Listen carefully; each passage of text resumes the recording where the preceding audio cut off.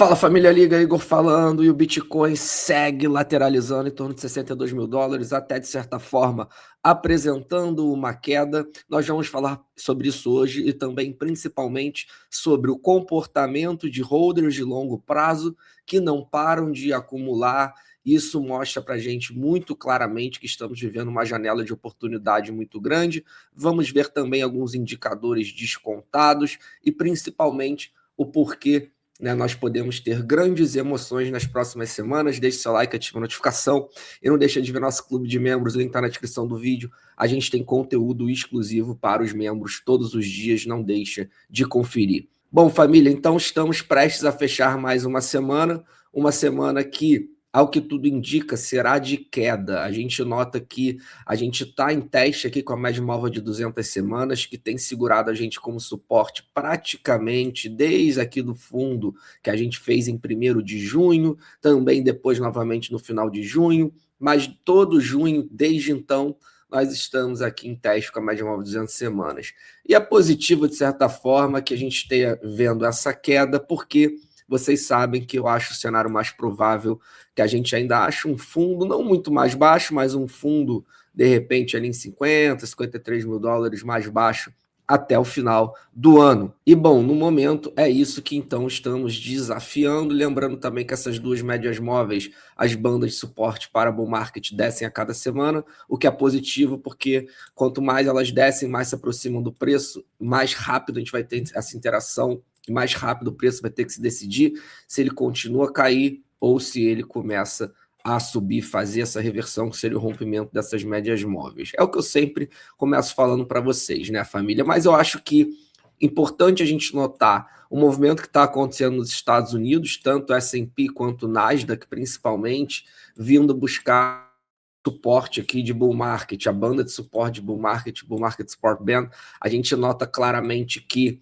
a gente fez uma semana que desafiou muito esse suporte, mas de certa forma ainda está fechando acima, né? Os mercados americanos são bizarros realmente, assim, a gente pega um longo prazo, é uma subida com, óbvio, correções pequenas, mas no longo prazo é muito claro que tende ao infinito também, né? Enquanto a gente não parar de imprimir dinheiro, faz parte, né? Faz parte do jogo, mas é incrível ver como realmente até uma correção ela é complicada, ela vem aqui até o máximo das máximas, não consegue cair muito mais. É óbvio que no ano passado a gente teve aqui algo mais agudo, mas até uma recuperação em V, e na prática vamos ver, né, se dessa vez a gente vai segurar novamente esse suporte. Mas por que eu estou falando sobre isso? Porque se perder aqui esse suporte, isso pode aqui ser negativo a curto prazo para todos os mercados de renda variável e, obviamente, isso esbarrar também no Bitcoin e, quem sabe, dar logo para a gente aí preços melhores, né, para a gente acumular. Não que a gente não esteja acumulando, mas o dollar cost average ficar ainda mais interessante se o preço vier mais abaixo aqui do que estamos vendo agora.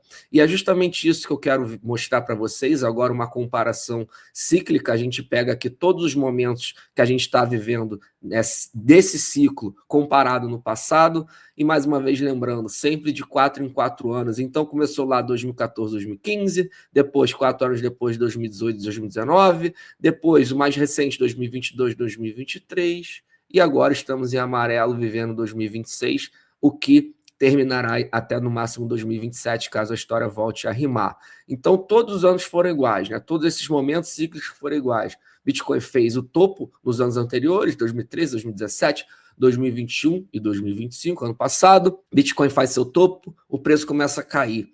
E ele tem um ano inteiro aqui de bear market, só que no final do ano a gente tem essa reversão, que está aqui, ó, em torno de 400 dias, sempre aqui nesse momento que a gente nota que a linha amarela ainda está um pouco para trás.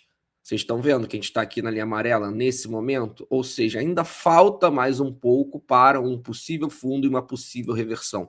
E é por isso que eu falo para vocês, não necessariamente o Bitcoin vai achar um preço muito mais baixo, mas ele ainda acharia um preço mais baixo e reverteria. O que é uma reversão? Reversão é romper o Market Support Band, é romper essas duas médias móveis. Foi o que ele fez aqui, ó, no último ciclo.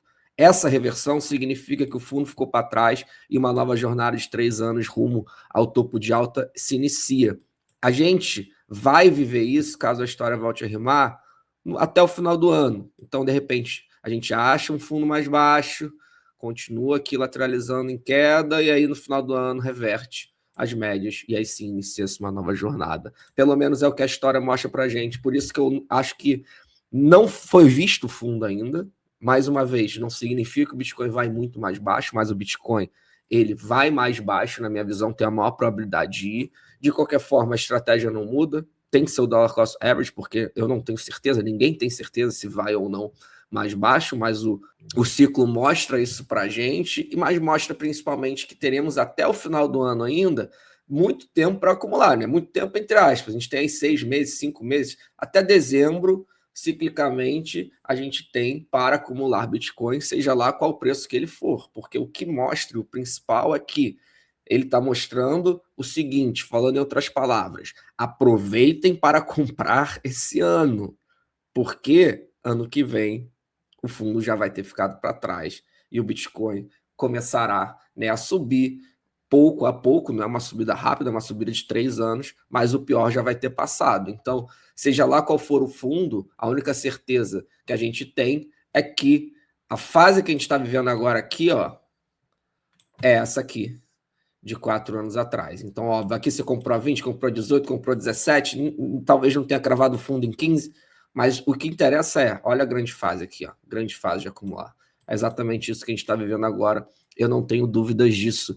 E vários indicadores mostram isso para a gente, tem o Meyer-Peel aqui também, que é uma perspectiva de mineradores que mostra que a gente realmente pode estar em uns melhores momentos de desconto, né, proporcional do Bitcoin, sem contar a própria quantidade de Bitcoin que está na mão dos holders de longo prazo, que está em lucro, a gente sabe que nas profundezas sempre troca, né? A gente fica com mais prejuízo dentro da blockchain do que com lucro, ou seja, tem mais Bitcoins em prejuízo do que em lucro, só que aqui a gente está excluindo os holders de curto prazo e mantendo só os holders de longo prazo. E a gente nota que a gente está num período aqui que historicamente sempre é mais ou menos também aonde se aproxima do fundo, aonde percentualmente, né, o supply, a oferta que está na mão de holders de longo prazo, ela fica em lucro somente com esse percentual aqui que a gente está vendo. Então, nos 3 momentos aí de bear market, a gente pode estar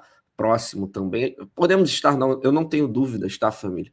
Que nós estamos vivendo uma grande fase, um grande momento de acumulação, um preço já muito bom, mas que também pode cair mais, tudo bem, mas já é uma grande fase de acumulação, os indicadores mostram isso muito claramente, e vocês notam que o comportamento dos holders de longo prazo é sempre o mesmo, eles vão comprando em bear market e vendem em bull market, então vocês notam que todos os picos a gente tem venda, essa linha azul cai, essa linha azul é a quantidade de Bitcoin na mão de holders de longo prazo.